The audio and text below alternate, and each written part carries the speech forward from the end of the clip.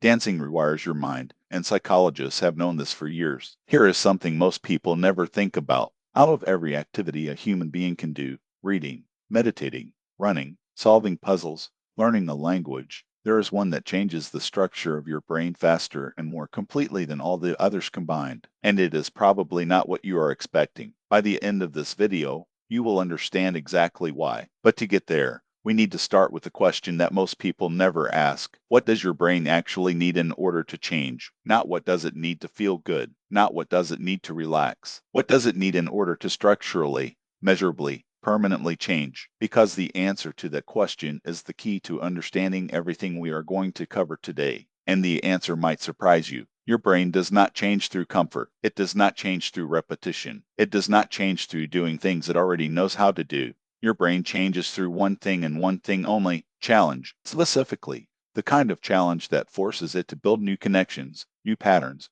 new ways of processing the world. In psychology and neuroscience, we call this neuroplasticity. And neuroplasticity is not something that happens automatically. It has to be triggered. The question is, what triggers it most powerfully? That question led researchers down a path that took decades to fully understand. And where it led them was somewhere nobody expected. But before I tell you where, I need to explain something about how most people think about mental fitness, because most people are thinking about it completely wrong. When people want to improve their mental sharpness, they do puzzles, they meditate, they read more, they download brain training apps, and all of these things have value, but they share a common limitation that most people never recognize. They are all essentially static. They engage the mind, but they engage it in isolation, sitting still, in a controlled environment, doing something that becomes more familiar and less challenging with every repetition. And the brain, as we now know, does not respond well to that kind of familiarity. It needs something else, something that, for most of human history, people did instinctively,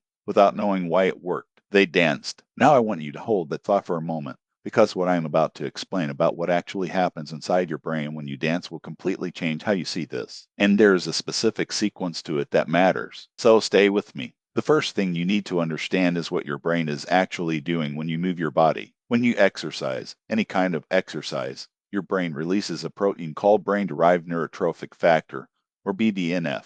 Psychologists and neuroscientists sometimes call it miracle grow for the brain. It fertilizes neurons. It promotes the growth of new connections. It essentially puts your brain in a state of readiness to learn and change. Exercise, in the sense, is not just good for your body. It is a direct biological trigger for neuroplasticity. But here's the thing that changes everything. BDNF alone is not enough. Putting your brain in a state of readiness to change is not the same as actually changing it. To actually change, your brain needs something to do with that readiness. It needs a challenge complex enough to demand new patterns, new connections, new solutions. And this is where most forms of exercise fall short, and where dance is in a category entirely its own. Think about what happens when you go for a run. After the first few minutes, your body finds its rhythm, your mind starts to wander, and your brain essentially goes on autopilot. The movement is familiar, repetitive. Your brain is flooded with BDNF and has nothing sufficiently novel to build with it. You get the cardiovascular benefits. You get the mood lift. But the deep structural change, the rewiring, is limited.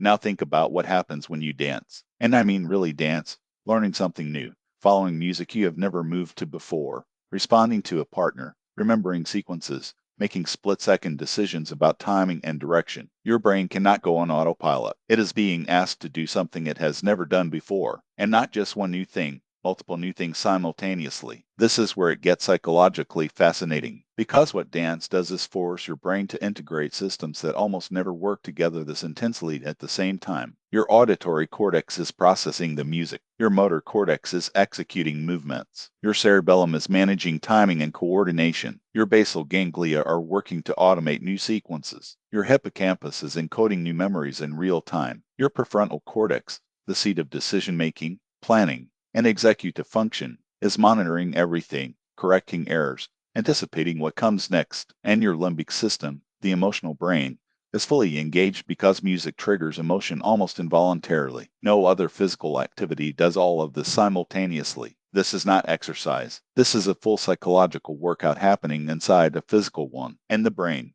flooded with BDNF and overwhelmed with novel challenge, responds in the only way it can. It builds, it connects, it restructures. But here is the question I want you to sit with for a moment. If this is true, If dance is this powerful, then why are dancers not recognized as cognitively superior to everyone else? Why is this not common knowledge? The answer to that question requires us to look at a study that changed the way researchers think about aging, cognition, and mental fitness. And what they found was not what anyone predicted. The study was published in the New England Journal of Medicine and followed adults over the age of 75 for 21 years. The researchers wanted to know which activities, physical and cognitive, were most protective against cognitive decline and dementia. They tracked everything: reading, doing crossword puzzles, playing musical instruments, swimming, cycling, golf, tennis, and when the results came in, one activity stood apart from all the others, not in a small way, in a dramatic way. Dancing was the only physical activity associated with a significantly reduced risk of dementia, not reduced cognitive decline, reduced dementia, the most feared cognitive outcome of aging, and dancing was the only physical activity that showed meaningful protection against it. The researchers concluded that the key was cognitive complexity, the constant decision-making, the memory demands, the social responsiveness, the adaptation to music. Dance was not protecting the brain simply by keeping the body active. It was protecting the brain by continuously demanding that it do something it had never done before. It was triggering neuroplasticity on a weekly, sometimes daily basis. And over 21 years, that continuous demand for adaptation had built a brain that was fundamentally more resilient. Now, you might be thinking, this is about older adults. What about everyone else? What about stress, anxiety, emotional regulation, the psychological challenges that affect people at every age? And this is where the story becomes even more interesting, because the benefits of dance are not limited to cognition. They go much deeper than that. When you dance, you are not just challenging your brain cognitively, you are regulating your nervous system in a way that very few activities can match. The rhythmic movement,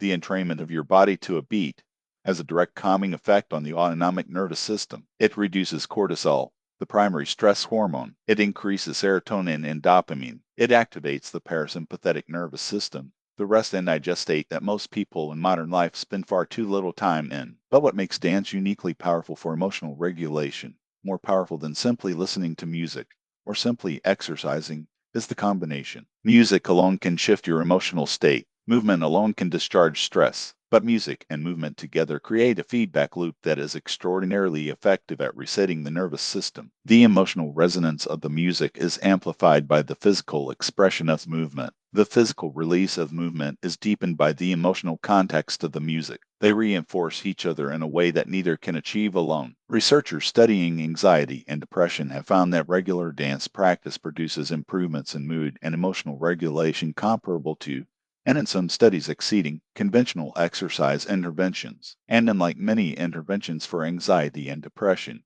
dance tends to produce these effects quickly, measurably, and sustainably. People do not just feel better while they are dancing. They carry a different baseline emotional state into the rest of their lives. There is one more dimension to this that I want to explore with you, because it is the one that most people overlook entirely, and it is arguably the most psychologically significant of all. Dance, when done with another person, is a form of social synchrony. And social synchrony, the experience of being physically and rhythmically aligned with another human being, is one of the most powerful psychological experiences available to us. Research on social synchrony has shown that it increases feelings of trust, closeness, and cooperation. It activates the brain's reward system. It reduces social anxiety. It builds the specific neural circuits associated with empathy and attunement, the ability to read another person, to anticipate their responses, to feel what they feel. When you dance with a partner, you are not just exercising your body or your mind. You are exercising your capacity for human connection.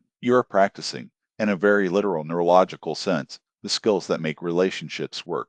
The ability to listen, the ability to respond, the ability to be present with another person in a way that requires your full attention. These are not abstract qualities. They are skills, and like all skills, they are built through practice. And dancing, it turns out, is one of the most effective forms of practice for them that exists. This is why dance has been used therapeutically with individuals struggling with social anxiety, with autism spectrum conditions, with trauma, with depression, with Parkinson's disease. In every case, the same combination of factors, rhythmic movement, music, social engagement, cognitive challenge, produces effects that other interventions struggle to replicate, not because dance is magic, but because dance is, in a very real sense, what the human brain was designed for. Movement, music, and social connection are not separate channels. They are deeply integrated systems, and dance engages all of them at once. So here is what I want to leave you with. The brain you have right now is not fixed. It is not declining on a predetermined schedule. It is responding constantly and dynamically to every experience you give it. And the research is increasingly clear that one of the most powerful experiences you can give it for cognition, for emotional regulation, for social connection, for resilience against the losses of aging is dance. Not because dancing is fun, though it often is, not because it is good exercise, though it certainly is, but because it is the rare activity that challenges your brain on every dimension simultaneously: cognitive, emotional, physical, social. It triggers neuroplasticity and gives it something meaningful to work with. It regulates your nervous system while demanding that your mind stay fully engaged. It connects you to other people in a way that builds the neural architecture of empathy and attunement. Your brain is waiting for exactly this kind of challenge. It has always been waiting for it. The music is already there. The only question is whether you are willing to take the first step. If this gave you a new way of thinking about your mind and how to take care of it, subscribe to Psychology with Sergey Upapavisai. New videos every week on the science of how your mind works and how to work with it. And if you know someone who needs to hear this, share it with them. Sometimes the most important thing we can do for the people we care about is point them toward the right information at the right time.